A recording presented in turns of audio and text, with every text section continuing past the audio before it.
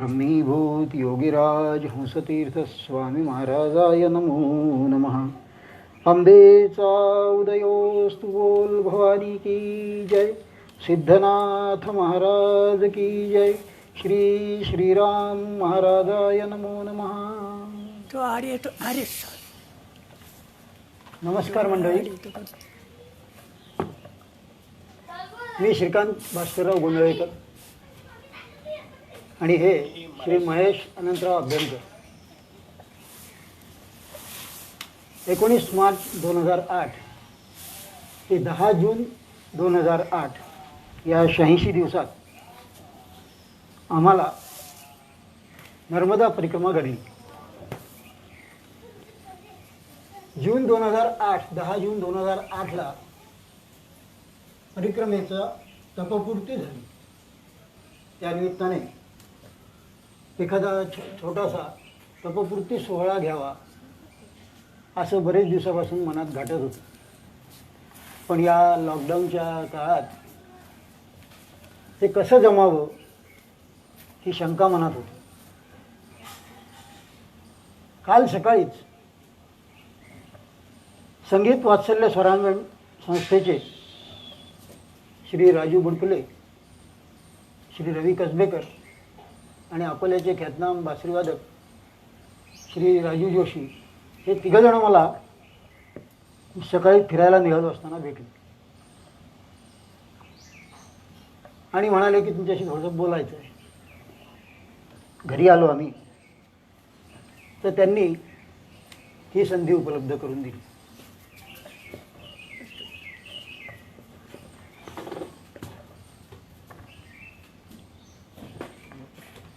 राजू बुडकुले म्हणाले की संगीत वात्सल्य स्वरांगणच्या माध्यमातून फेसबुकवरती आम्ही आतापर्यंत 6-7 संगीताचे लाईव्ह प्रोग्राम केलेले आहेत.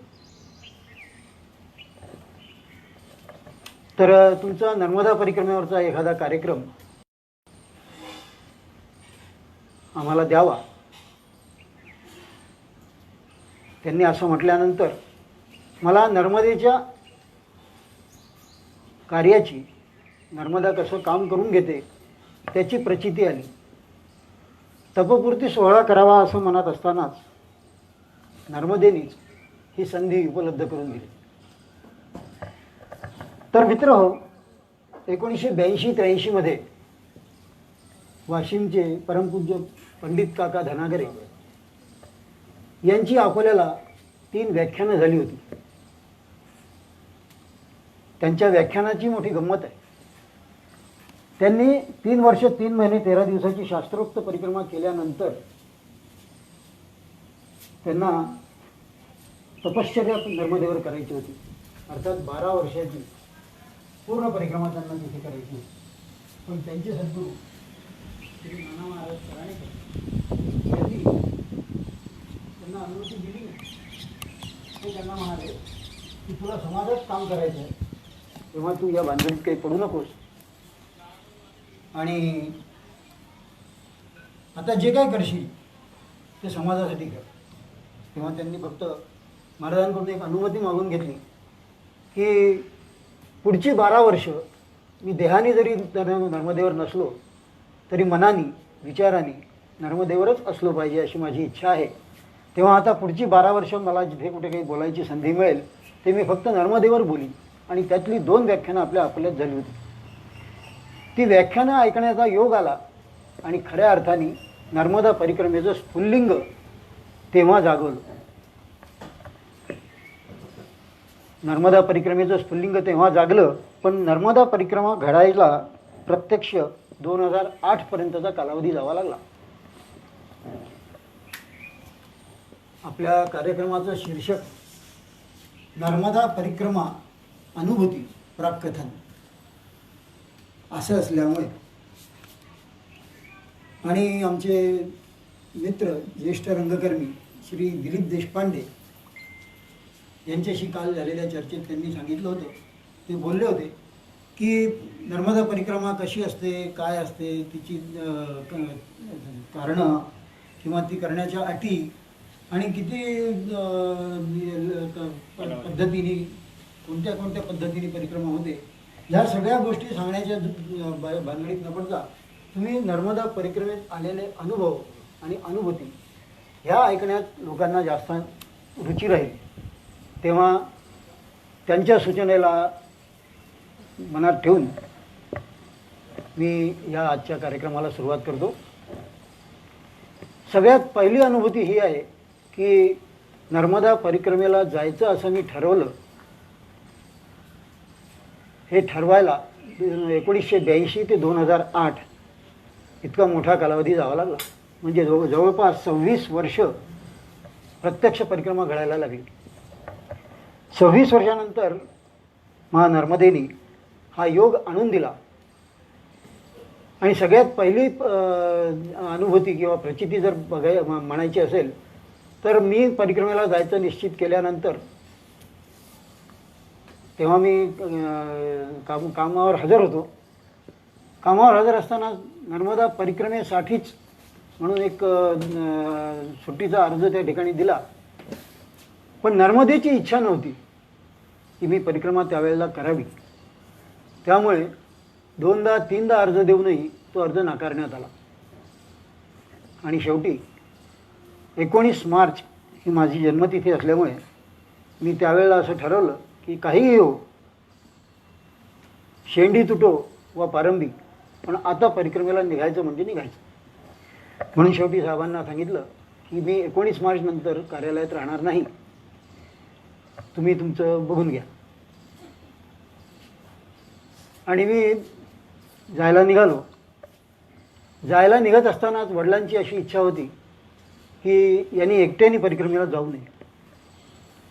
कारण सगळा दुर्गम प्रदेश, माहिती नसलेला भाग, अशा ह्याच्यातून एकटं कसं फिरणार अशी त्यांना मुलगा म्हणून त्यांना वाटणारी काळजी साहजिकच होती. पण नर्मदेनी ती समस्याही दूर केली. इथून आम्ही ओंकारेश्वरला जायला रेल्वेमध्ये बसलो असताना खरं म्हणजे एखाद्याला जर पोचवायची वेळ असली तर 4 जण खांदा देणारे आणि समोर 1 जण असे 5 जण पुरतात. पण त्या दिवशी मला पोचवायला 14 जण तिथे आले होते. त्या 14 जणांमध्ये आमचा महेश होता. आणि रेल्वेतून जात असताना महेशने मला विचारलं, काका मी परिक्रमेला आलं तर चालेल का? म्हटलं न चालायला काय झालं, तुला तुझ्या पायाने चालायचं आहे, मला माझ्या पायाने चालायचं आहे, तू काही माझ्या खांद्यावर बसणार नाही का? काहीच नाही. असं ठरलं आणि त्याप्रमाणे महेशनी यावं अशी त्यांनी इच्छा बोलून दाखवली. पण अभ्यंकरांचा 4 भावांचा संयुक्त व्यवसाय आहे. तर त्या संयुक्त व्यवसायातल्या एखाद्याने जरी बाजूला व्हायचं म्हटलं तर जे व्यावसायिक आहेत त्यांना लक्षात येईल की किती कठीण काम असतं. कारण प्रत्येकाकडे डिपार्टमेंट वेगवेगळी ठरलेली असतात.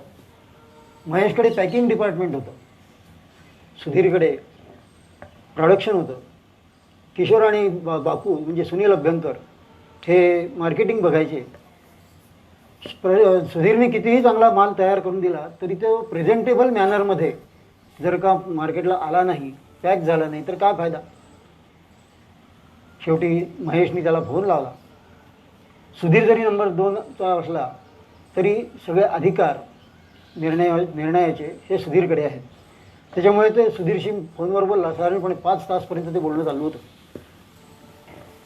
सगळ्यात शेवटी सगळ्यांशी बोलणं झाल्यावर सुधीर हरला आणि त्यांनी मला शेवटी फोन द्यायला सांगितलं. काका म्हणे माझी इकडे आड आणि तिकडे विहीर अशी समोर परिस्थिती झाली आहे, मी काय करू? महेशला हो म्हटलं तर व्यवसायात अडचण, नाही म्हटलं तर तो आयुष्यभर मला कोसत राहील की तू मला नाही म्हणालास आणि माझी परिक्रमा घडली नाही. शेवटी मी आता काय करू ते तू सांग. नर्मदा कशी मार्ग सुचवते ते बघा. माझ्या डोक्यात तेव्हा कसा विचार आला काय आला माहिती नाही, पण मी त्याला लगेच म्हटलं की सुधीर तू एक लक्षात घे की महेश त्याच्या याच्या कामाने व्यवसायाच्या म्हणा किंवा कौटुंबिक संबंधांमध्ये तो मोटरसायकलने इकडे तिकडे फिरतो. असं समज की त्याला असा काहीतरी अपघात झाला आहे की तो 3 महिने दवाखान्यात राहणार. अशा वेळेला पॅकिंग बंद राहील का? मी फक्त एवढं बोललो आणि तो म्हणाला की तू घेऊन जा महेशला सोबत. ही सगळ्यात पहिली अनुभूती की आमच्या वडिलांची तिने इच्छा पूर्ण केली. दुसरी अनुभूती अशी की नर्मदा आपल्यावर कुणाचंही कर्ज ठेवत नाही. महेश पॅकिंगला डिपार्टमेंट सुधीरकडे सोपवून निघाल्यानंतर पॅकिंग करतानाच्या अडचणी अशा असतात की सेमी ऑटोमॅटिक मशीनमध्ये पिशवी लावताना जर का गडबड झाली तर तो माल खाली पडून जातो. तसं होऊ नये म्हणून ती न उघडल्या गेलेली पिशवी फेकून द्यावी लागते. तर अशा न उघडल्या गेलेल्या अनेक पिशव्या ज्याची किंमत होती 1,40,000 रुपये अशा वेस्टेजमध्ये पडलेल्या होत्या. सुधीरने ते काम हातात घेतल्यानंतर सगळ्यात पहिले विचारलं, हे बोचकं कशाचं पडलं आहे? म्हणे या अशा अशा पिशव्या आहेत. ठीक आहे, त्याचं सॉर्टिंग करायचं सगळे काढा. म्हणजे एका याच्यामध्ये 1,40,000 जे ब्लॉक झाले होते ते 1,40,000 रुपये नर्मदेनी एका क्षणात मोकळे करून दिले. म्हणून म्हटलं की ते कोणाचंही आपल्या अंगावर कर्ज ठेवत नाही. महेशला तिने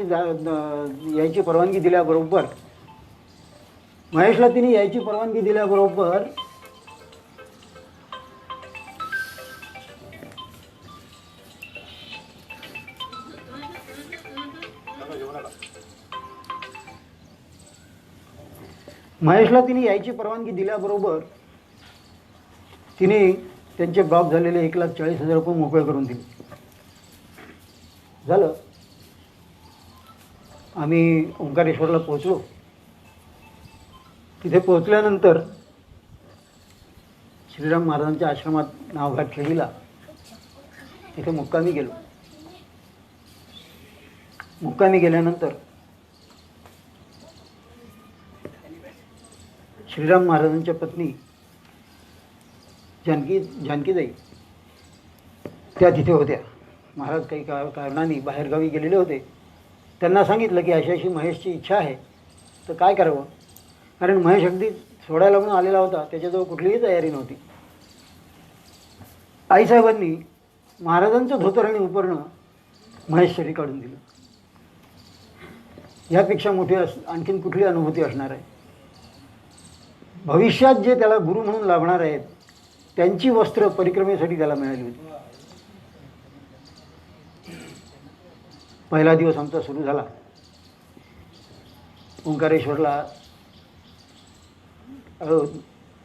ओंकारेश्वराचं दर्शन घेतलं आणि तिथून दक्षिण तटावर जिथे गोमुख आहे ममलेश्वराच्या मंदिराच्या बाजूने, तिथून आमची परिक्रमेला सुरुवात होणार होती. परिक्रमेला सुरुवात करण्यापूर्वी एक छोटासा विधी करावा लागतो संकल्पाचा. तो तिथल्या महाराजांनी दिले होते त्या शास्त्रींना बोलावलं आणि त्यांच्याकडून तो विधी सुरू करून घेतला. तो विधी झाला. एक पिंडी श्राद्ध होतं त्यावेळेला. प्रत्येकाने आपलं आपलं श्राद्ध करून निघायचं. म्हणजे परिक्रमेत जर खपलो तर पुढे आपलं राहिलं कर्म याची चिंता नाही. ते श्राद्ध झालं. श्राद्ध झाल्यानंतर आमची परिक्रमेला खऱ्या अर्थाने सुरुवात झाली. तिथून आम्ही निघालो. गजानन महाराज मंदिरात आलो. गजानन महाराजांचं दर्शन घेतलं आणि परत ममलेश्वराचं दर्शन घेऊन नर्मदेच्या तीराने परिक्रमेला सुरुवात झाली. मैया अगदी पहिल्या दिवशीपासून परीक्षेला सुरुवात करते. अगदी पहिल्या दिवशी ती दाखवून देते की भविष्यातली परिक्रमा किती अवघड आहे. ममलेश्वरचा गोमुख ते तिचा दुसरा येणारा जो प्रवाह आहे ओंकारेश्वराच्या पर्वताला असा फेरा मारून तिथे येऊन जो पर्वत मूळ नर्मदा आणि ती येणारी तिकडनं अशी जिथे मिळतात तो साधारणपणे 2.5-3 किलोमीटरचं अंतर असेल. ते जात असताना स्लेट स्टोन म्हणतात त्याला. त्या स्लेट स्टोनचे सगळे खडक आहेत लाल रंगाचे आणि ते स्लेट स्टोन अक्षरशः करवतीसारखे उभे उभे कापलेले असतात. त्याच्यावरूनच जावं लागतं. पहिल्या 2.5-3 किलोमीटरमध्ये तुमचे पाय पूर्णपणे कापले जातात. 2.5-3 किलोमीटर संपले की तिथे पुढे रेतीचं प्रांगण लागतं नर्मदेतलंच. काठाने जात असताना त्या रेतीच्या वाळूच्या याच्यातनं जाताना ते वाळूचे कण त्या चिरलेल्या पायांमध्ये घुसतात आणि असंच चालत चालत पुढे जावं लागतं. छोटासा प्रवाह कुठे मिळाला की त्यावेळेला मग त्या ठिकाणी तिथे आपल्याला पायवले करून ते कण निघून जायची व्यवस्था असते. सुरुवातीला अनुमानी होतं. हां, महाराजांनी सांगितलं होतं की शक्यतोवर परिक्रमा जी करायची आहे ती अनवाणी करावी. कारण परिक्रमा म्हणजे नर्मदेला माता स्वरूप आणि गुरु स्वरूप मानून त्यांची केलेली प्रदक्षिणा आहे. आणि आपण कुठल्याही मंदिरात गेलो की प्रदक्षिणा करताना पायात आपल्या वाहना नसतात. त्यामुळे अनवाणी परिक्रमा करणं हे श्रेयस्कर आहे. महाराजांच्या सांगण्याप्रमाणे अनवाणी परिक्रमेला सुरुवात झाली. अनवाणी परिक्रमेला सुरुवात झाल्यानंतर पहिल्या दिवशी ही पाय कापण्याची आणि त्याच्यात रेती बसून त्याची होणारी आग हा सगळा अनुभव नर्मदेने दिला. पुढे एका तिथून 3-4 किलोमीटर गेल्यावर एक छोटासा आश्रम लागतो. त्या ठिकाणी लोकांनी चहाची आणि याची व्यवस्था केली. तिथून पुढे गेल्यानंतर एका ठिकाणी खडकापाशी असा काही शुल्क होता की पलीकडे जाणं मुश्किल. त्या आश्रमाच्याच बाजूनी ओंकारेश्वर ते ओंकारेश्वर रोड स्टेशन ह्याच्या दरम्यान जो रस्ता डांबरी रस्ता येतो त्या रस्त्याने चालत चालत आम्ही ओंकारेश्वर रोड स्टेशनपर्यंत आलो. इथे आल्यानंतर पहिला मुक्काम होता आमचा रात्रीचा आशादेवीचा आश्रम, आशाबाईचा आश्रम. श्रीराम महाराजांनी या आश्रमात सध्याचा महाराजांचा आश्रम निर्माण होण्यापूर्वी जवळपास एक तप तिथे त्यांनी साधना केली होती. त्या आश्रमामध्ये आम्ही संध्याकाळी 6:30-7ला पोहोचलो. दुपारी 2-2:30ला निघालो होतो ओंकारेश्वरावरून. ते संध्याकाळी 7:30पर्यंत आम्ही त्या ठिकाणी पोहोचलो. नर्मदेची कृपा कशी म्हणावी, तिथे पोहोचत नाही तर त्या आशाबाईंच्या आश्रमातली ज्या कोणी सेविका होत्या त्यांनी लगेच चढवीभर गरम पाणी, हातपाय पुसायला नॅपकिन, टॉवेल, कापड जे काय असेल उपलब्ध तिथे त्याच्याप्रमाणे ते त्यांनी उपलब्ध करून दिलं. आणि ह्या आसन लगाव असा त्यांनी आदेश दिला. आसन लावणं म्हणजे मुक्कामासाठी आपण जिथे पोहोचतो त्या ठिकाणी आपल्याजवळचं चटई सतरंजी जी काय असेल आपण रात्रीच्या विश्रामाच्या दृष्टीने नेलेली ती न्यायची आणि सोबत ठेवलेली नर्मदा परिक्रमेची नर्मदा जलाची बाटली आणि तुमचं पूजाविधीचं साहित्य जे असेल त्या ठिकाणी मांडायचं आणि ती आसन तिथे लावायचं. नर्मदेचं आसन लावायचं. तिथे आसन लावलं. आमचा संध्याकाळचा परिपाठ झाला आणि घरच्यासारखं सुंदर खिचडीचं जेवण त्यांनी आम्हाला तिथे उपलब्ध करून दिलं. अगदी पहिल्या दिवशीचा हा अनुभव घेतल्यानंतर जसे जसे आम्ही पुढे पुढे जात होतो तसे तसे एक एक दिव्य अनुभव गाठीला पडत होते.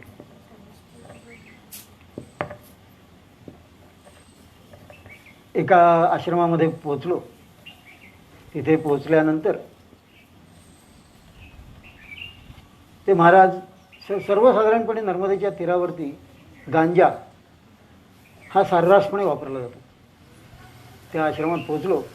आम्ही नवीन आलेले लोक मंडळी परिक्रमावासी बघितल्यानंतर त्यांनी नवीन चिलीम भरली आणि ती तयार करून पेटवली आणि आमच्यासमोर धरली. लीजिए महाराज. म्हटलं माफ़ करना, हम गांजा नाही पिते. ठीक आहे. त्यांनी ती गांजाची चिलीम भरलेली सगळ्यांनी मिळून संपवली. रात्री सुंदर तिक्कड दाल आणि तिक्कड याचा भोजनच प्रसादी झाली. ती प्रसादी कोणी केली होती तर आमच्यासारखेच परिक्रमावासीपैकी एक जण जो तिथे आदल्या दिवशी पोहोचला होता तो तिथे ही स्वयंपाकाची सेवा त्या ठिकाणी करत होता.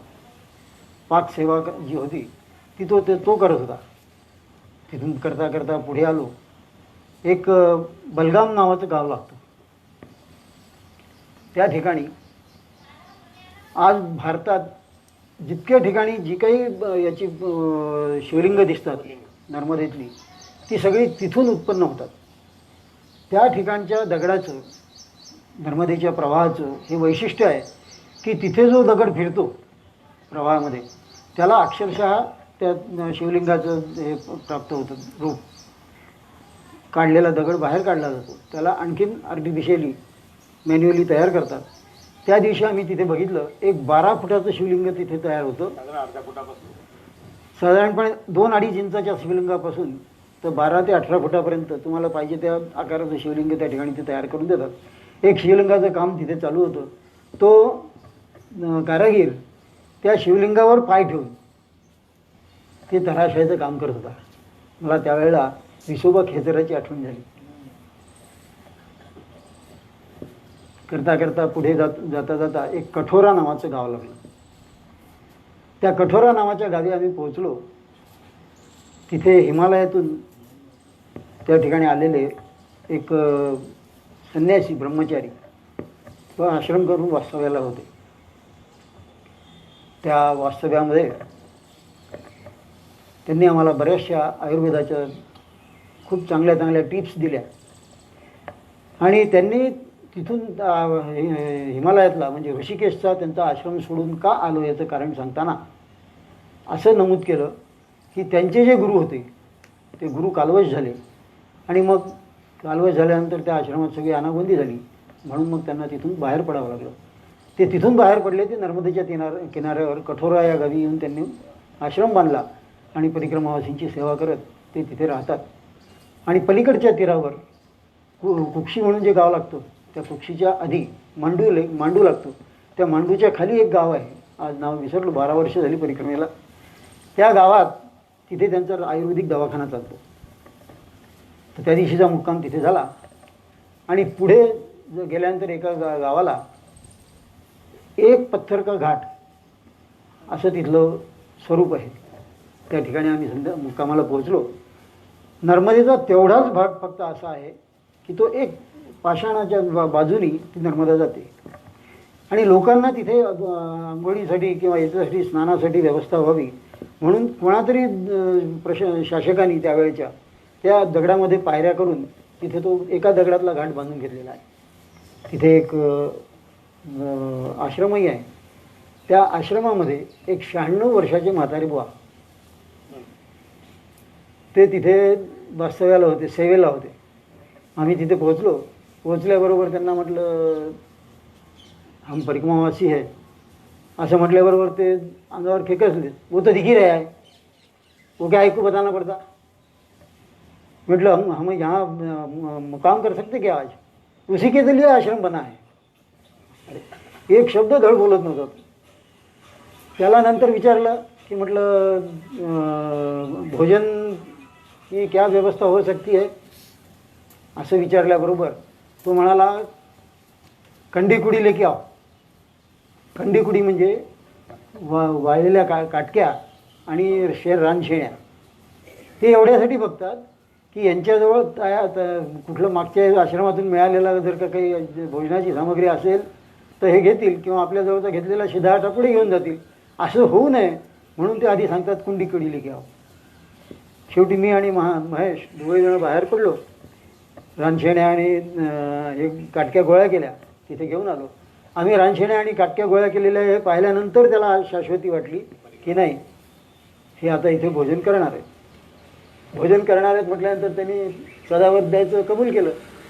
सदाव्रत द्यायचं कबूल केलं आणि तो म्हणाला तुम्हाला बर्तन लाव.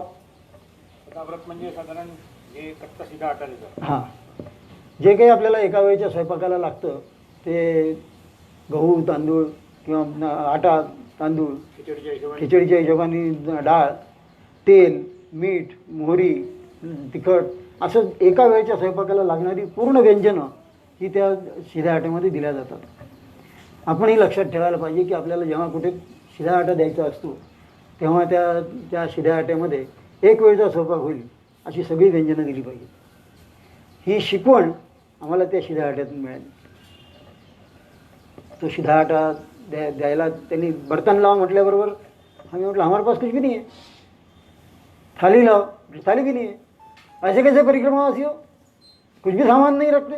मतलब हमारे गुरुजी ने बताया है कुछ भी मत लेना, जहाँ गए वहाँ का सामान लो, भोजी जो कुछ प्रसादी होगी वो प्राप्त करो और उनके बर्तन उनको धो के वापस कर दो. अच्छा ठीक आहे. त्यांनी त्याच्याजवळचा गंध दिला. पण ह्या सगळ्या भानगडीमध्ये असं झालं होतं की त्या दिवशी जेवायला मिळतं की नाही अशी शाश्वती वाटत नसल्यामुळे आम्ही दोघेही पुन्हा गाडी गोळा करायला गेलो असतानाच तिथे महेशला म्हटलं तू असं कर गड्या गावात जाऊन पहा कुठे काही मिळतं का. तर तेव्हा त्याला 20 रुपये दिले. 20 रुपये त्याला दिले आणि तो गेला. त्याच्या लुंगीला त्यांनी लुंगीसारखं धोतर नेसता येत नव्हतं तर लुंगीसारखं नेसलं होतं. त्यांनी त्याच्यामध्ये कन्वर्टीला लावले मजेची गोष्ट अशी की पठ्ठ्याने आमच्या दुष्काळात 13वा महिना परत येताना ते 20 रुपये हरवले. पण एवढं तरी चांगलं की ते 20 रुपये हरवले तर हरवू दे, त्यांना एक बेवडा भेटले मोटरसायकलवर. त्या दिवशी धुळवडीचा दिवस होता. बेवडे भेटले आणि ते त्यांनी विचारलं की म्हणे परिक्रमावासी हो? बोले हाँ. भोजन प्रसादित हुई है क्या? बोले नहीं. ठीक है. बोले आप आश्रम में रुको, हम आपके लिए भोजन बना के लेके आते. आता त्या बेवड्यांच्या शब्दावर विश्वास ठेवायचा कसा? परत येत असताना एका म्हातारीचं घर छोटंसं दिसलं. ती म्हातारी बिचारी बाहेर आली.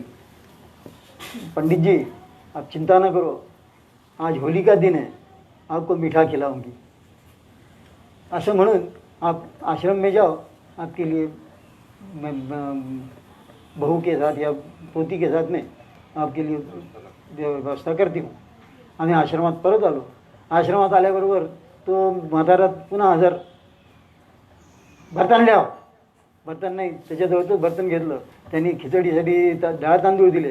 त्या काटक्या आणल्या होत्या, त्या 3 दगडावरती मांडली, चूल मांडली आणि त्या खिचडी शिजायला लावून दिली.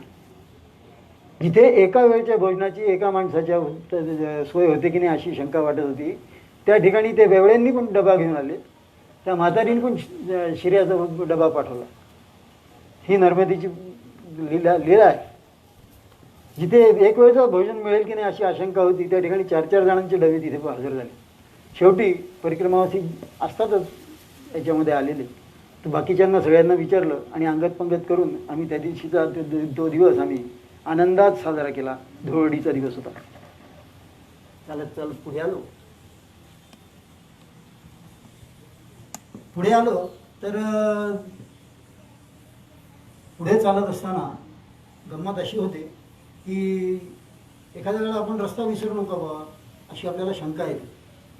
ती शंका आल्याबरोबर काही नाही, आपण रस्त्याने चालत असतो. चालत असताना आपण नर्मदे हर असं म्हणून मोठ्याने हाळी द्यायची. कुठून तरी आसमंतातून आवाज येतो, नर्मदे हर. मग आपण त्यांना विचारायचं, हम परिक्रमावासी है? हाँ वो तो पता है. हम रास्ता बराबर है? नहीं नहीं नहीं, थोड़ा आप बाहर की तरफ निकल रहे हो, अब आगे जो पगडंडी लगेगी वो पगडंडी से सीधे हाथ पे मुड़ जाना.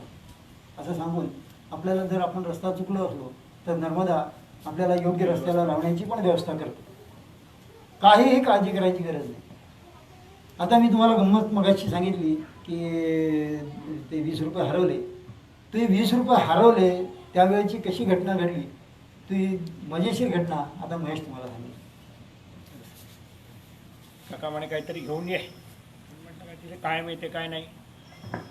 अरे हे मी सांगण्यापेक्षा काका व्यवस्थित सांगू शकतो. नाही सांग बोल बोल. नाही कारण कसं की एक तर मुळात गावातलं काही माहीत नव्हतं आणि कुठे जावं, काय आहे, कोण आहे, काय व्यवस्था करेल, अरे याची कल्पना नव्हती.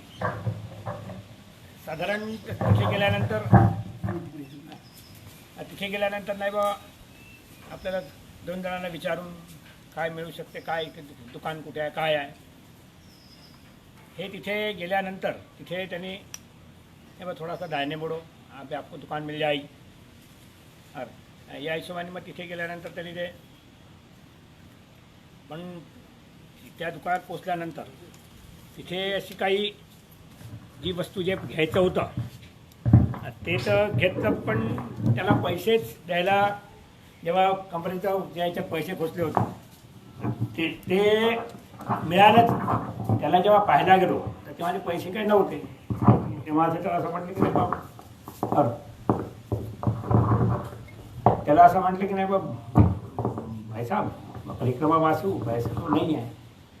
तर तो बोले ठीक आहे. तर त्यांनी असं तेव्हा ती वस्तू दिली आणि इथे येऊन पाहत होतो काय इथे मला काही कल्पना नव्हती नाही बा आपली जेवायची व्यवस्था होईल किंवा नाही होईल. ते मागे मध्यात जाताना जे भेटले होते मग तिथे पोचेपर्यंत साधारण ते तिथे गेल्यावर त्यांनी डबा आणून दिला होता आणि जी म्हातारी होती तिने पण जेवायची व्यवस्था केली होती. त्याच्यामुळे असं मनात काही असताना किंवा तुमच्याजवळ काही आहे नाही आहे याची नर्मदा पुरेपूर काळजी घेऊन पुढे घरी काकाला म्हणे काका पैसे तर नाही आहे म्हणे, सामान त्यांनी दिलं आहे, हे बघा काय असं त्या दिवशी काकाला लिहून पुढे मग त्या दिवशी रात्री सकाळी भोजन प्रसाद घेऊन रात्रीचं काढून सकाळी परत पुढच्या प्रवासाला निघालो.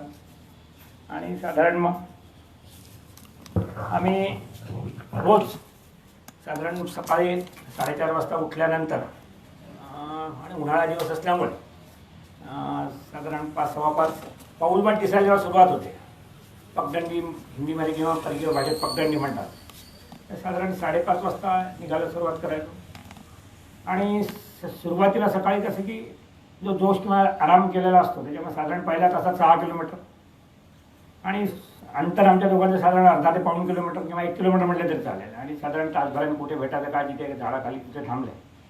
आणि पुढच्या तासात मग थोडं हे कमी होऊन पुढच्या तासात 5 किलोमीटर, परत तिसऱ्या तासात 5 किलोमीटर, साधारण असं 20 ते 22 किलोमीटर सकाळी चालल्यानंतर कुठे आश्रमात कुठे जो कोणी घरीच्या जर प्रश्न देत नाही काय, परिक्रमा वाचलो बाबाजी चाय पिओगे, मग तिथे कसं की नाही बा जसं असेल जशी परिस्थिती असेल, कधी बिन दुधाचा कधी बकरीच्या दुधाचा, तशी ती व्यवस्था तिथे नर्मदेवर होऊ शकते आणि होते म्हणजे.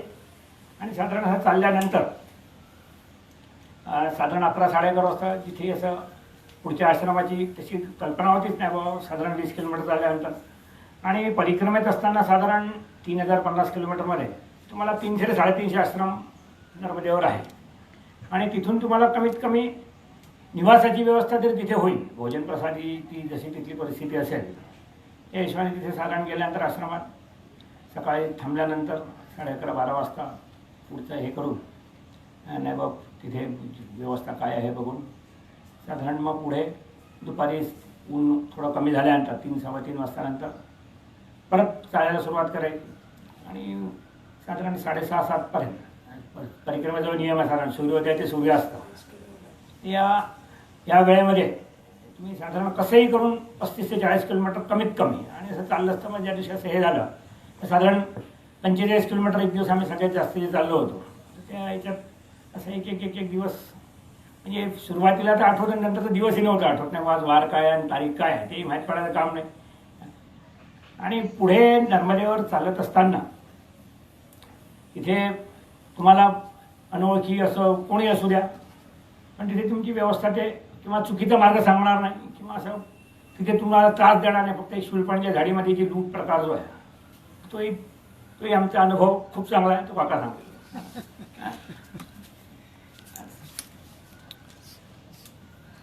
गंमत अशी की बोरखेडी ते घोंगसा या प्रवासात साधारणपणे 160 किलोमीटर शूलपाणीची झाडी आहे. या शूलपाणीच्या झाडीमध्ये 160 किलोमीटरमध्ये ही लूट होते. ही लूट होत असताना ती नर्मदा तुमची काळजी पण तेवढीच घेते. आणि मुख्य म्हणजे जगन्नाथ कुंटेंच्या नर्मदे हर हर या पुस्तकामध्ये त्यांनी नमूद केल्याप्रमाणे ही लूट हा परिक्रमावासीचा म्हणजे साधकाची ही खरी परीक्षा आहे. साधकाला किंवा नर्मदेचा जो सेवक आहे परिक्रमावासी, त्या परिक्रमावासीला निस्संग करण्याचा तो एक प्रयोग आहे. नर्मदेच्या तीरावर राहणारे जे कोणी वनवासी आहेत ते वनवासी म्हणजे नर्मदेचे भाऊ, आणि जे परिक्रमा करतात ते नर्मदेचे सेवक, अशी एक धारणा असल्यामुळे त्यांना मामा असं संबोधलं जातं. तर मामाने लुटलं आणि भाचा लुटल्या गेला तर दुःख कोणी करायचं. आमची जी लूट झाली त्याची गंमत अशी की बोरखेडीच्या जवळ तसं आम्ही त्या भागात प्रवेश केला. तिथे साधारणपणे 200-200 फुटाच्या उंचीच्या टेकड्या आहेत. त्या टेकड्यांवरनं वरती लोक बसलेले असतात असे. त्या भागाचं वैशिष्ट्य असं की आपल्या इथे बाळापूर ते शेगाव याच्यामध्ये जशा उंच सकल टेकड्या आहेत त्या अगदी लहान लहान उंचीच्या आहेत आणि निष्पर्ण आहेत. त्या टेकड्यांच्या सारखंच तिथलं पण 280 ते 200 फूट उंचीपर्यंतच्या टेकड्यांचा तिथला भाग आहे.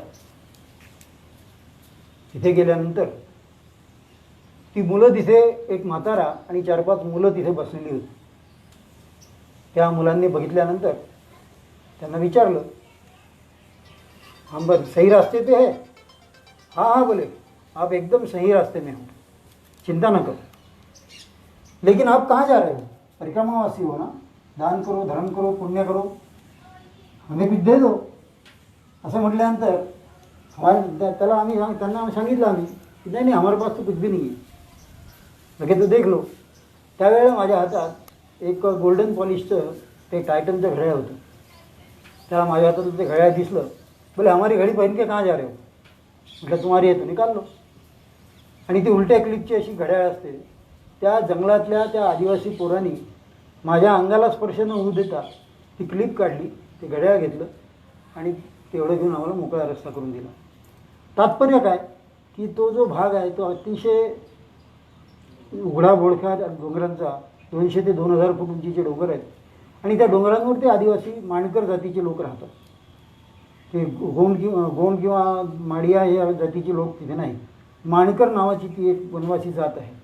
त्या जातीचे लोक त्या याच्यावर राहतात. आणि त्या तिथे त्यांच्याजवळ आजही वीज पोचलेली नाही. अतिशय गरिबीमुळे त्यांच्याजवळ ढोरं वासरं नाही. ते घरातले मेंबर मिळून तो डोंगराचा भाग जो आहे तो खोदतात किंवा एक फाळी नांगर असतो, त्या नांगराने एकाने ओढायचं एकाने दाबायचं असं करत ती जमीन कशी तरी नांगरून काढतात. आणि जवळ असलेलं त्यांच्याकडे असलेलं जे बियाणं असेल, बाजरी असेल, तूर असेल, ज्वारी असेल, ते असं फेकून देतात. जे काही वरचा पाऊस पडेल त्याच्या भरोश्यावर जे उगवेल ते त्यांचं वर्षभराचं खाद्य. असा प्रदेश असल्यामुळे त्यांना येणाऱ्या जाणाऱ्या प्रवाशांकडनं काही संपत्ती पैसे अडका हिसकावून घेणं किंवा याच्याशिवाय त्यांना पर्याय नसतो. त्याच्यामुळे त्यांना लूट म्हणायचं का, आणि त्यांना याच्यामध्ये मामा असं संबोधन दिलं आहे. तेव्हा मामाने लुटलं आणि भाचा लुटला गेला तर मग दुःख कोणी करायचं. ती घड्याळ घेण्याचा एक प्रसंग आटोपला. त्याच्यानंतर आम्ही पुढे गेलो तर एक म्हातारी मैया भेटली. त्यावेळेला त्यागी रामस्वरूप नावाचा एक संन्यासी आमच्यासोबत होता. तो संन्यासी आमच्यासोबत होता. नर्मदेनीच जरूर त्याला शुलपाणीची झाडी पार करून देण्यासाठी आमच्यासोबत पाठवलं होतं. मागच्या प्रवासापासून त्यांनी शुलपाणीच्या झाडीत वाटून टाकण्यासाठी चुंबडी भरून मिळालेले कपडे लत्ते जे काय असेल ते मिळालेलं सगळं सोबत आणलं होतं. आणि तो असे कोणी मागायला आले की त्यांना त्या चुंबडीतलं काढून देऊन द्यायचं. ते देऊन दिल्यानंतर शेवटची ती म्हातारी मैया भेटली आणि त्या मैयाने विचारलं की, आणि हे लोक फार चाणाक्ष आहेत बरं. आमच्याजवळ 2 डोलची होत्या. डोलची म्हणजे कढीचा डबा. प्रसंगी जर पातळ पदार्थाची भिक्षा मिळाली तर ती घेता यावी यासाठी ती सोय आहे. आणि इतर वेळेला त्या डब्यामध्ये नर्मदेचं पाणी भरून सोबत सतत ठेवता येतं. अशी त्या डोलच्या आमच्या दोघांजवळ 2 डोलच्या पाहिल्यावर ती म्हणाली, आप दोनों साथ में दिखते हो. म्हटलं हां. फिर आपको 2 डोलची की क्या जरूरत है, एक हमें दे दो. ठीक आहे म्हटलं. माझ्याजवळची डोलची जी होती ती तिच्या सुपूर्द केली. त्यावेळेला रामस्वरूप त्यागीला आगवण लागलेली होती. तेव्हा त्यांनी तिला विचारलं की बोले ऐसा ऐसा मुझे तकलीफ हो रही है, दस्त लगे है, तो कुछ दवाई दे सकते हो. तो बोले हाँ हाँ दवाई दूंगी लेकिन हमारे टापरी पे चलना पडेगा. टापरी म्हणजे तिची जी झोपडी होती वर 200 फूट चढून गेल्यानंतर वर चढून गेलो तर वरती एक छानशी झोपडी होती. त्या झोपडीच्या तिथे एक तरुण पोरगा त्या खाटेवर पोहडलेला होता. आम्ही तिथे पोहोचल्यानंतर मी त्या तरुणाला म्हटलं नर्मदे हर झालं. आणि त्याला म्हटलं आप जो कर रहे हो ना ये कुछ ठीक नहीं है. बोले क्या कर रहे हो, हमने क्या गलत किया भाई. मतलब बुढ़िया को लूट करने के लिए भेजते हो. नहीं आप गलत समझ रहे. बोले बुढ़िया को कितना भी बताया तो बुढ़िया मानती नहीं. और लूट के लाया हुआ सामान हमारे घर में वापरा जाता क्या, नहीं. पीछे टापरी में देखो. त्या छपरीमध्ये असं लूट करून आणलेलं अनेक प्रकारचं सामान त्याच्यामध्ये खोचून ठेवलेलं होतं. मग हा परिक्रमावासीला किंवा साधकाला निस्संग करण्याचा प्रयोग नाही तर काय, त्याची आसक्ती रहित तर झाला पाहिजे यासाठीचा हा प्रयोग आहे. त्यानंतर तिथे आम्ही बसलो. त्या म्हातारीने सांगायच्या आतच हे बोलणं झालेलं त्याच्या सुनेने आतमध्ये जी स्वयंपाक करत होती तिने ऐकलं होतं. काहीही न सांगता त्या बाईने दुर्डीमध्ये 5 बाजरीच्या जाडजाड भाकरी करून पाठवल्या आणि त्यांच्या घरात बिचाऱ्यांच्या जे काही परिस्थितीनुसार उपलब्ध होतं ते मिरचीच्या अक्षरशः थोडंसं तेल टाकून तेल मीठ टाकलेलं गोळे केलेले ते लाडू तिथे तिने समोर त्या बाजरीच्या भाकरीसोबत आणून ठेवले. आजही त्या भाकरीची चव जिरवरची गेलेली नाही. तिथून पुढे आलो. पुढे आल्यानंतर ते नेहमीचे जे लुटारू आहेत तिथे, नाही असं नाही की जाणीवपूर्वक लूट करणारे पण आहेत, त्यांची एक टोळी भेटली. त्यांनी आम्हाला थांबवलं. ते मुक म्हणतात. मुक म्हणजे तुमच्याजवळ जे काही सामान असेल ते खाली ठेवून द्या. ते सामानाची झडती घेतात आणि बडवानीच्या बाजारात जे विकल्या जाईल, ज्याची कॅश होऊ शकेल असं जे काही सामान असेल ते त्यातलं काढून घेतात. याच्यात साधारण असं आहे की आपल्याला जेव्हा लूट होते तेव्हा असं वाटतं नाही बा आपल्याजवळ जी वस्तू राहिली पाहिजे तुमच्या जे मनात असते नाही बा आपण आता काकाजवळ तेव्हा काका रोज निकाळले आहे की नाही बा आपण परिक्रमा कशी केली, काय केली, कुठे काय अनुभव आले. तर हे करत असताना तर असं नाही बा चष्मा राहायला पाहिजे किंवा जी सतरंजीसोबत होती काही ना काही तुमचा ज्याच्यात जीव म्हणजे आता आपल्या नाही पाहिजे जीव अडकलेला आहे तर ती वस्तू बरोबर न सांगता नाही बाई वस्तू आपली राहिली पाहिजे. तर त्यांच्या म्हणजे पाक असं त्यांच्या मनात कसं असतं नाही जसं काकाला वाटलं की चष्मा राहायला पाहिजे किंवा पेन राहायला पाहिजे तर त्याने सगळ्यात आधी तो चष्मा आणि पेन हिसकून घेतला त्याचं. नाही बा तुम्ही क्या का आप तो परिक्रमा वासी हो. त्याच्यामुळे आपलं म्हणायचं नाही बा कमीत कमी 17 राहिली पाहिजे आपलं उठा बसायला पुढे कामाची. तर त्यांनी ती पण तेव्हा घेऊन घेतली. सांगायचं तात्पर्य कसं की माणसाचा जीव नाही बा आपण परिक्रमेत चाललो होतो आपण या वस्तू आपल्याला राहायला पाहिजे पुढे आपल्या कामात येतील. तर ते बरोबर त्यांनी त्याच वस्तू तिने त्याला उपयोग काहीच नाही त्याचा पण त्याने नाही बा या माणसाची अडका आणि ती पुढे कामात येईल ते येऊ नये म्हणून त्यांनी त्याचे हिसकून घेतलं तेव्हा. हे होत असताना आमच्या महेशला वेळेचं फारच वेळ होतो.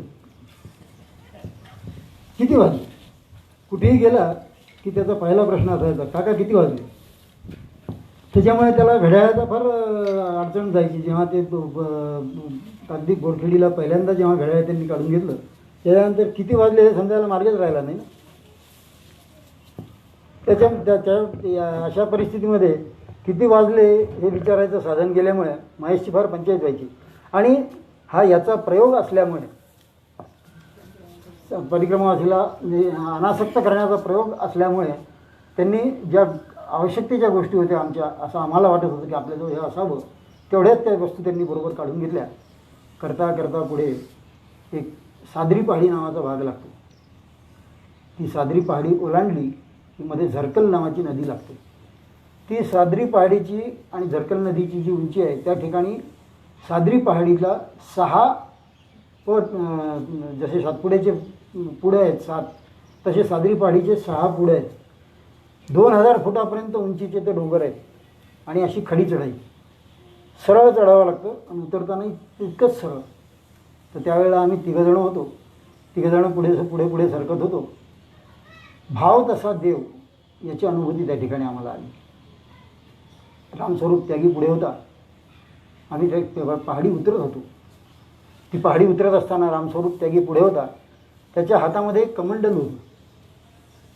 तिथे एक नाकी डोळी सुरेख अशी सुंदर मुलगी जांभळ्या रंगाचं तिने वस्त्र परिधान केलेले होते आणि ती मुलगी तिथे हजर होती. त्या ठिकाणी ती आली आणि तिने रामस्वरूप त्यागींना त्याच्या हे मागितला कमंडलू मागितला. त्याला दस्त लागलेले होते. त्यांनी त्याची अडचण सांगितल्यानंतर तिने त्याच्याजवळचं ते कमंडलू घेतलं नाही. त्याच्या मागे होता महेश. त्या दिवशी महेशच्या हातामध्ये डोलची होती. मला वाटलं की आता त्याच्याजवळचं कमंडलू घेतलं नाही तर ही महेशजवळची डोलची मागून घेईल. पण तिने तसंही केलं नाही कारण आमच्या दोघांजवळ एकच डोलची हे पाहून तिने ती सुद्धा मागितली नाही. हे दिसल्यानंतर मला थोडंसं हसू आलं. त्यावेळेला आम्ही अनवाणी पायाने 680 किलोमीटर गेलेलो होतो. पाय पूर्णपणे छिल्लेले होते. पायाला अक्षरशः भेगा पडल्या होत्या, फोपले आले होते पायाला. आपल्याला असं वाटतं की बारीक कंकर पायाला बोचतात, पण नाही. ती सादरी पहाडी उतरल्यानंतर झरकल नदीमध्ये जे दगड होते टोळ, ते टोळसुद्धा पायाला बोचतात याची अनुभूती आम्हाला तिथे आली. तर झालं असं की त्या मुलीला तिच्याजवळ पोचल्यानंतर मी हसतोय असं पाहून ती मुलगी म्हणाली, आपको तकलीफ नहीं हो रही है, आप तो हंस रहे हो. म्हटलं हां, हंस तो रहे है, तकलीफ का है की. म्हटलं परिक्रमावासी है. ती अशा ठिकाणी उभी होती खडकाला टेकून की मागे नर्मदेचं पात्र दिसत होतं.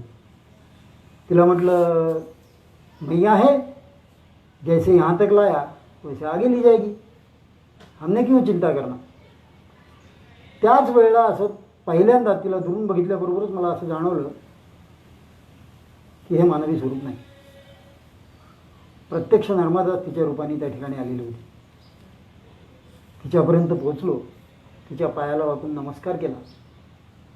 तिच्या हातामध्ये कंकणं घातली होती सोनेरी रंगाची, जांभळ्या रंगाचं वस्त्र, एका हातात काठी होती.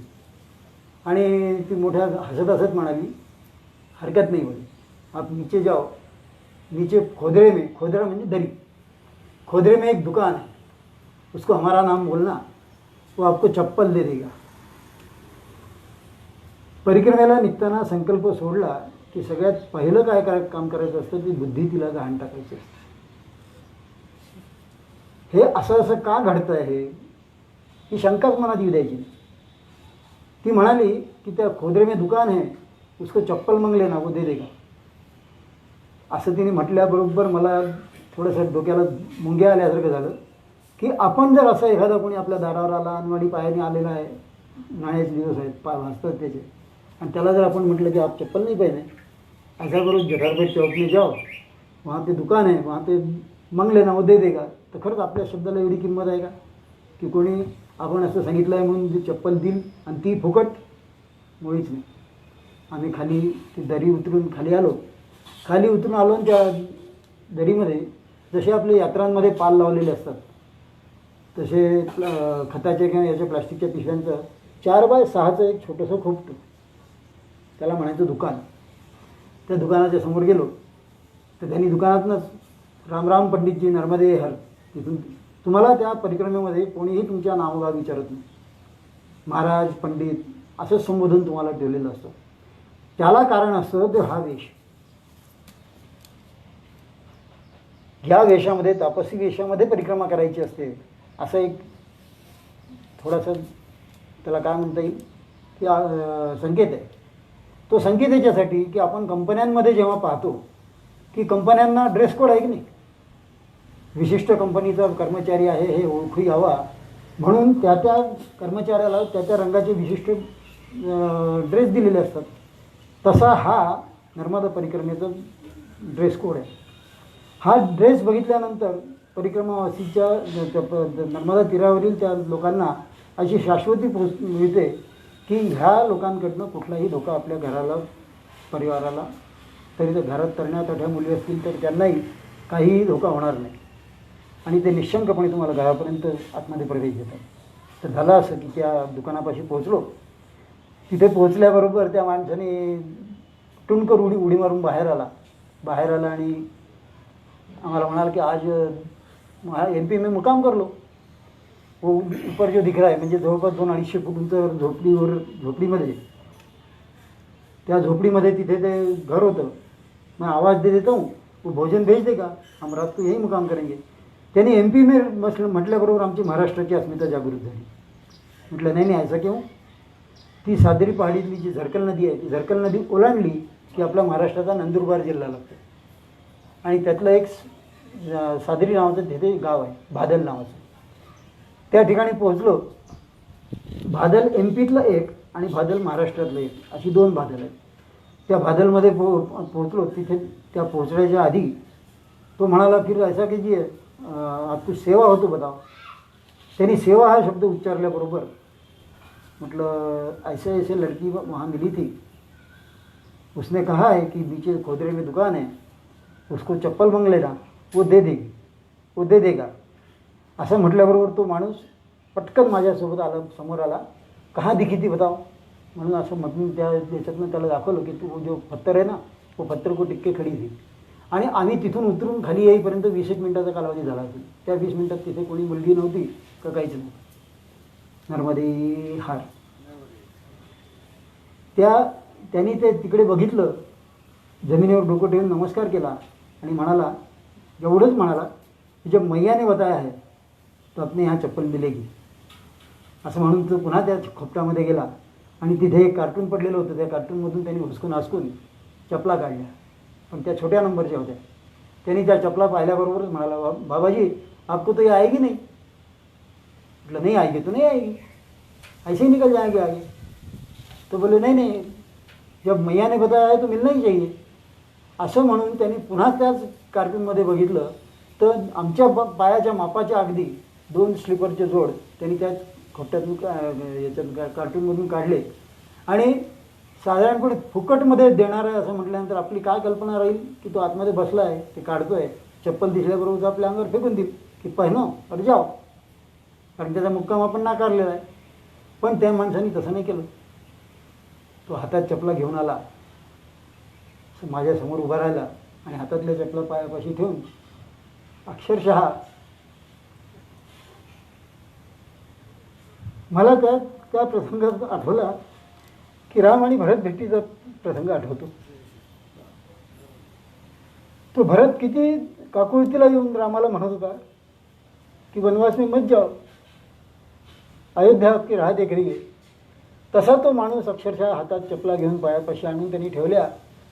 आणि तेव्हा असं मला वाटलं की हा नालायकवाला, अशा प्रकारची ट्रीटमेंट हे नक्कीच नर्मदेचं काम आहे.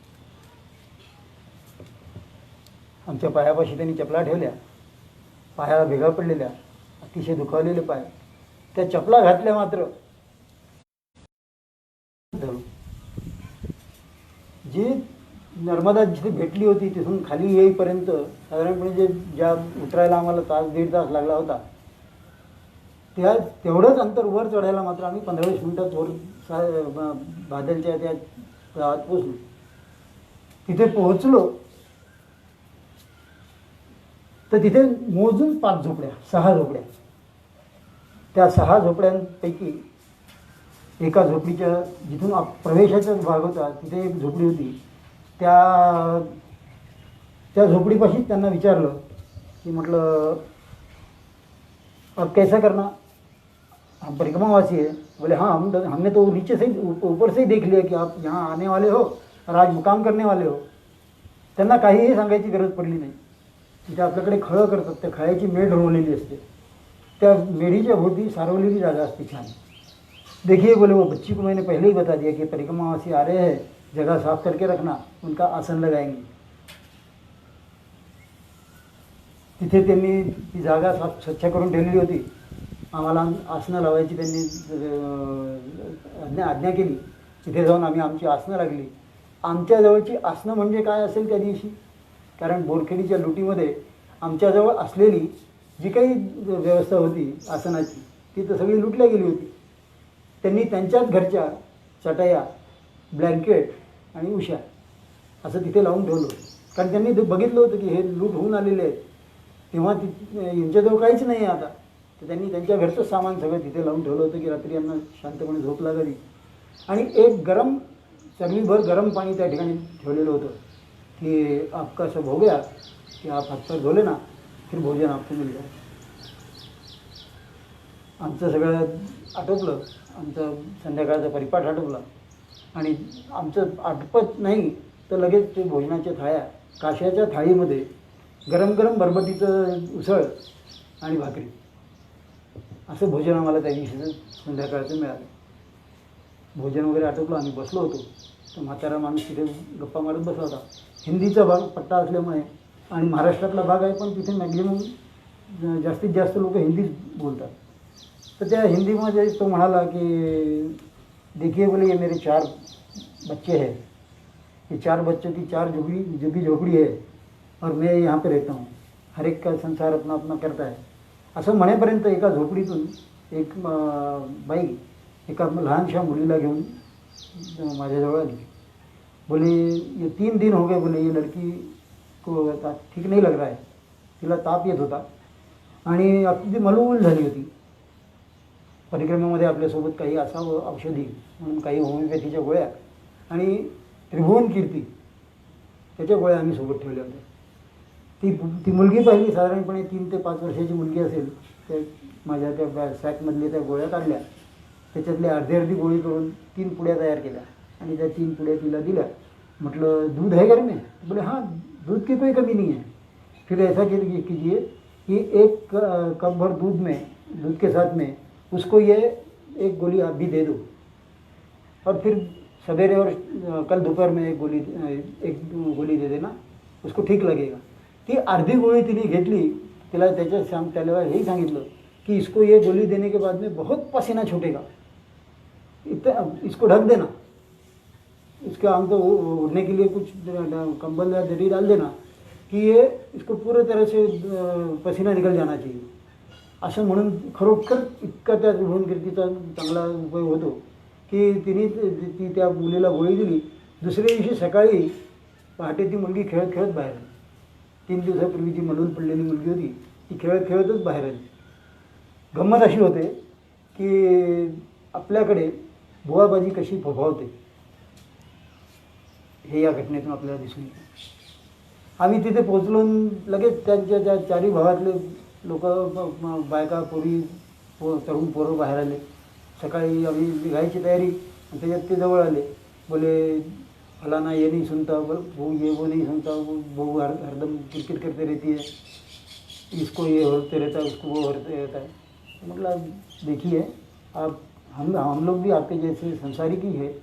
खाली मैया ने हमको बुलाया परिक्रमा करने के लिए, इसलिए हम परिक्रमा में आए हैं. याद नहीं तो हम और आप में कोई अंतर नहीं है. मतलब किसी बाबा जी के ऊपर कोई बाबा जी कोई काम नहीं कर सकता. मंत्रशक्ती नाही असं नाही, पण ह्या त्या लोकांच्या अज्ञानाचा गैरफायदा आपल्याकडे असे लोक घेतात आणि मग बुवाबाजीला फार ऊत येतो. करता करता पुढे आम्ही हासोट नावाच्या गावी गेलो. परिक्रमेत कसे कसे अनुभव येतात बघा. हासोट या गावाला एक मुसलमानाचं घर होतं. सर्व धर्म समभाव परिक्रमेमध्ये कसा जोपासला जातो त्या दारापाशी आम्ही गेलो. नर्मदे हर म्हणून हाळी दिली. तो मुसलमान बाहेर आला. त्याला नीट सांगता येत नव्हतं. बोले हम तो शाकाहारी है. त्याला म्हणायचं होतं हम मांसाहारी है. तो हमारे यहाँ तो पाक सिद्धि नहीं होती, तो हम आपकी भोजन की ये नहीं कर सकते. असं म्हणेपर्यंत त्या घरातल्या बाईनी आतून आवाज देऊन सांगितलं कि नहीं नहीं, ऐसा क्यों बता रहे हो, जो पाक धोए साफ सुथरा जो बर्तन था उसमें हमने खिचड़ी लगाई है, तो परिक्रमावासियों को खिचड़ी दो दो, वो उनको चलेगी. बघा ती नर्मदा मैया त्या मुसलमानाच्या बाईच्या स्वरूपात तिथे काम करत होती. तिने तिथे खिचडी उपलब्ध करून दिली. खिचडी तरी किती द्यावी हो. मोठ्या थाळीमध्ये शीग लागेल एवढे 2 थाळ्या. शेवटी आम्ही त्यांना सांगितलं की म्हटलं ये 1 थाली हमको दोनों को मिलकर बहुत हो जाएगी, आपके बाल बच्चे भी है, तो आप 1 थाली लाना हे करून एका थाळीमध्ये आम्ही त्या दिवशी मुसलमानाच्या घरी जेवण केले. नर्मदा अशा दिव्य अनुभव एक देत जाते. हासोट नंतर साधारणपणे 45-50 किलोमीटर गेल्यानंतर कठपूर नावाचं गाव आहे. त्या ठिकाणी समुद्र ओलांडायचा असतो. त्या ठिकाणी समुद्र ओलांडायचा असतो. त्या दिवशीचा रात्री मुक्काम तिथे झाला आणि आम्ही समुद्र ओलांडून पुढे पलीकडे गेलो आणि आमच्या अर्धी परिक्रमा, अर्धी म्हणण्यापेक्षा 1/4 परिक्रमा या ठिकाणी पूर्ण झाली. परिक्रमेचं पूर्ण वर्णन ऐकायचं असेल तर साधारणपणे 4 तासाचा अवधी लागतो. अशा छोट्याशा 1 तासाच्या अनुभव याच्यामध्ये फारसे काही अनुभव किंवा अनुभूती, पण याच्यामध्ये सगळ्यात मोठी महत्त्वाची अनुभूती जी आम्हाला झाली ती म्हणजे नर्मदेचं दर्शन. श्री राजू बुडकले, रवी कसबेकर आणि राजू जोशी यांनी ही संधी उपलब्ध करून दिली याबद्दल मी त्यांचा आणि संगीत वात्सल्य स्वरांगण संस्थेचा ऋणी राहील. नर्मदेरी हा तपपूर्ती सोहळा अशा रीतीने आमच्याकडनं साजरा करून घेतला.